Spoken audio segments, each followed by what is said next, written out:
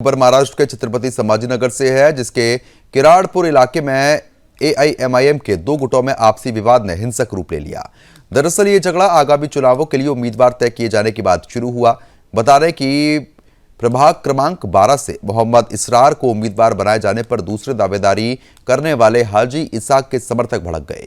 शहर के किराड़पुरा इलाके में आपको बता दें कि मोहम्मद इसरार की रैली के दौरान दो गुटों के बीच तीखी बहसबाजी होती है। ये बहस देखते देखते हाथापाई में और पथराव में बदल गई। इस हिंसा ने इलाके के नागरिकों और खासकर हिंदू व्यापारियों को डर के माहौल में जीने के लिए मजबूर कर दिया है। सूचना मिलते ही पुलिस बल ने तुरंत मौके पर पहुंचकर स्थिति को नियंत्रित कर लिया है। फिलहाल इलाके में शांति है, लेकिन तनाव अब भी बरकरार है। पुलिस मामले की लगातार जांच कर रही है और फिलहाल दोनों पक्ष को शांत रहने की चेतावनी दे दी गई है। यह घटना स्थानीय राजनीति में टिकट बंटवारे की संवेदनशीलता को उजागर करती है और सवाल ये उठता है कि क्या राजनीतिक प्रतिद्वंद्विता अब हिंसा की ओर बढ़ रही है। ये देखने की बात होगी कि आगे एआईएमआईएम पार्टी के भीतर तनाव को किस तरीके से शांत किया जाता है।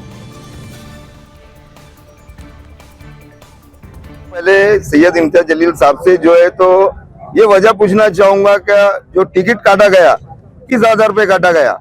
अगर हई साहब का 10 साल के अंदर अगर वर्क नहीं रहता था तो हम खुद ना करते थे।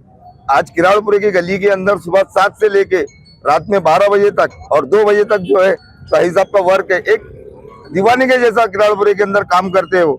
और इम्तियाज जलील साहब ने जो उनका टिकट काटे, शायद ही इम्तियाज जलील साहब को ये नहीं मालूम होगा उनके आमदार के इलेक्शन के अंदर और खासदार के इलेक्शन के अंदर जो भी किराड़पुरे से उनको 10 से 12, 12 से 8,000 जो भी वोट गिरे हैं, लीड मिली है, वो सिर्फ और सिर्फ भाई साहब की मेहनत की वजह से। मुझे बताइए, जो कैंडिडेट को तुमने टिकट दी है उसको किराड़पुरे की गली मालूम है क्या? किराड़पुरे का कोई बच्चा पहचानता है, कोई बुजुर्ग पहचानता है क्या, कोई नौजवान पहचानता है?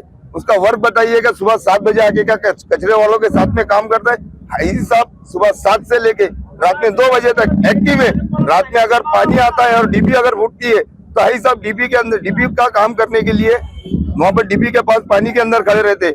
इम्तियाज जलील साहब, आप इसका जवाब किराड़पुरे। तो फिलहाल जिस तरीके से आप लोगों की प्रतिक्रिया सुन रहे थे, हमारे संवाददाता बाबूलाल राठौड़ भी हमारे साथ जुड़ चुके हैं। उनसे भी हम लगातार इस मामले को लेकर सवाल जवाब करेंगे। बाबूलाल, क्योंकि जिस तरीके की स्थिति यहाँ पर बनी हुई है, जहाँ पर लोग नाराजगी जाहिर कर रहे हैं टिकट को लेकर, अब टिकट कटी तो लोगों का गुस्सा सड़कों पर फूटता हुआ नजर आया। क्या अपडेट है इस मामले में? अभी स्थिति कैसी है वहां पर?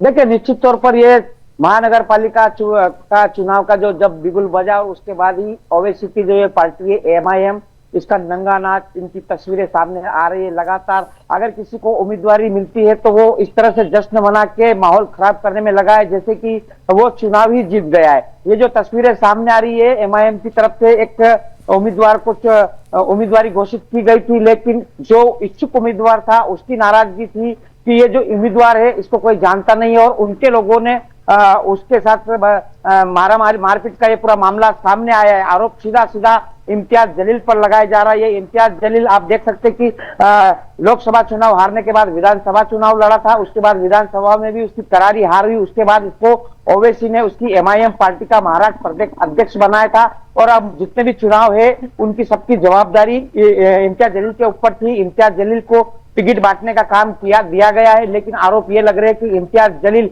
उम्मीदवार देखकर चुनाव नहीं दे रहा है। इम्तियाज जलील जो है बड़ी रकम देखकर चुनाव दिया टिकट बांट रहा है, करोड़ों रुपया लेकर टिकट बांटे जा रहे, फिर वो उम्मीदवार कैसा भी हो। ये नाराजगी भी अब सामने आ रही है, और इसी बात को लेकर ये जो मारपीट हुई, आप देख सकते हैं कि जो उम्मीदवार था उसके गले में फूल माला के हार भी पहना हुआ था, लेकिन उसके साथ जो बदतमीजी हुई, दोनों गट आपस में भिड़े। लेकिन इसकी वजह से जो स्थानीय हिंदू है, कहीं ना कहीं उनमें डर का माहौल है, क्योंकि ये किराड़पुरा जो परिसर है ये मुस्लिम बहुल इलाका है। कई बड़े बड़े घटनाएं यहाँ पर हो चुकी है। 5 वर्ष पहले यहाँ पर राम मंदिर में भी बड़ा हमला हुआ था, उसमें भी एमआईएम का नाम सामने आया था, और एमआईएम की गुंडागर्दी यहाँ लगातार दहशत का माहौल बनाती है, और इन दहशत की वजह से हिंदू जो है यहाँ पर डरे हुए रहते हैं। और ये तो शुरुआत हुई है, अभी 15 दिन बाकी है। 15 जनवरी को जो है चुनाव होने वाले हैं, उसके चुनाव तक और कैसी तस्वीरें सामने आएगी वो भी हम अपने दर्शकों को दिखाएंगे, क्योंकि अब लगातार इस तरह की खबरें सामने आ रही है। अभी कुछ देर पहले भी एक खबर सामने आई है जहां पर ऐसा ही एक मामला हुआ, एमआईएम के कुछ गुंडों ने हिंदुओं के ऊपर हमला किया। जवाहर नगर पुलिस थाने में मामला दर्ज हुआ है। अभी 10 मिनट पहले ही ये जानकारी हमें प्राप्त हुई है, इसके बारे में भी हम पूरी अपडेट लेंगे। लेकिन फिलहाल ये जो तस्वीरें देखी जा रही है, ये टिकट बंटवारे को लेकर ये सब नंगा नाच सामने आ रहा है, क्योंकि आरोप सीधा एमआईएम पक्ष के ऊपर लगाया जा रहा है कि ये जो टिकट बांट रहे हैं ये उम्मीदवार को नहीं देखा जा रहा है, इसके अंदर सिर्फ नोटों के बंडल देखे जा रहे हैं। करोड़ों रुपए के नोटों के जो बंडल दे रहा है उसको ये टिकट दिया जा रहा है। उसी को लेकर जो इच्छुक उम्मीदवार है उसमें नाराजगी है और ये सब तस्वीरें सामने आ रही है। बाबूलाल, क्योंकि जिस तरीके की स्थिति यहाँ पर बनी हुई है, ऐसे में अभी टिकट तो कटी नहीं है, अब लोगों का गुस्सा एक बार फिर से फूटता हुआ यहाँ पर नजर आएगा, उसको किस तरीके से पार्टी शांत करने की कोशिश करेगी? देखिए, पार्टी के अंदर सब नंगे नाच जारी है, सब एक से बढ़कर एक यहाँ पर देखे जाते हैं। कोई भी विकास का काम यहाँ पर इनका बिल्कुल भी नहीं है। ये देश विरोधी नारे देने वाली पार्टी है, वंदे मातरम का विरोध करने वाली पार्टी है। पिछली बार जब 9 साल पहले जो नगर पालिका थी उसमें भी इनके 25 उम्मीदवार थे, लेकिन इन्होंने पूरे 5 वर्ष सिर्फ वंदे मातरम का विरोध किया, हिंदुओं का विरोध किया, विकास योजनाओं का विरोध किया। इसके लिए इनसे लोग काफी नाराज है और अब दोबारा ये ना हो इसके लिए भी दूसरी पार्टियां भी अच्छे उम्मीदवारों को मैदान में उतार रही है। लेकिन एमआईएम की तरफ से अभी भी ऐसे गुंडे उम्मीदवारों को टिकट दिया जा रहा है, जिसके चलते हिंदुओं में की भी अपील है कि ऐसे गुंडों को टिकट ना दे ताकि शहर का माहौल खराब हो। ये तस्वीर सामने आई है, ये भी यही बयान कर रही है कि जो इच्छुक उम्मीदवार था उनकी नाराजगी देखी गई कि जो टिकट दिया गया है, ये जो फूलमाला पहन के नेता घूम रहा है इसको कोई जानता नहीं है और इनके ऊपर कई आरोप है, ऐसे लोगों को क्यों टिकट दिया जा रहा है। तो अब और आने वाले 15 दिनों में क्या क्या तस्वीरें सामने आएगी, इस पर भी सुदर्शन न्यूज की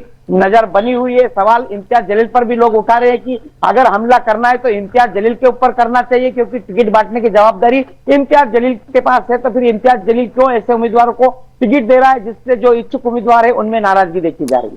बिल्कुल, लेकिन पार्टी की तरफ से इस पर अभी तक कोई प्रतिक्रिया सामने आई है?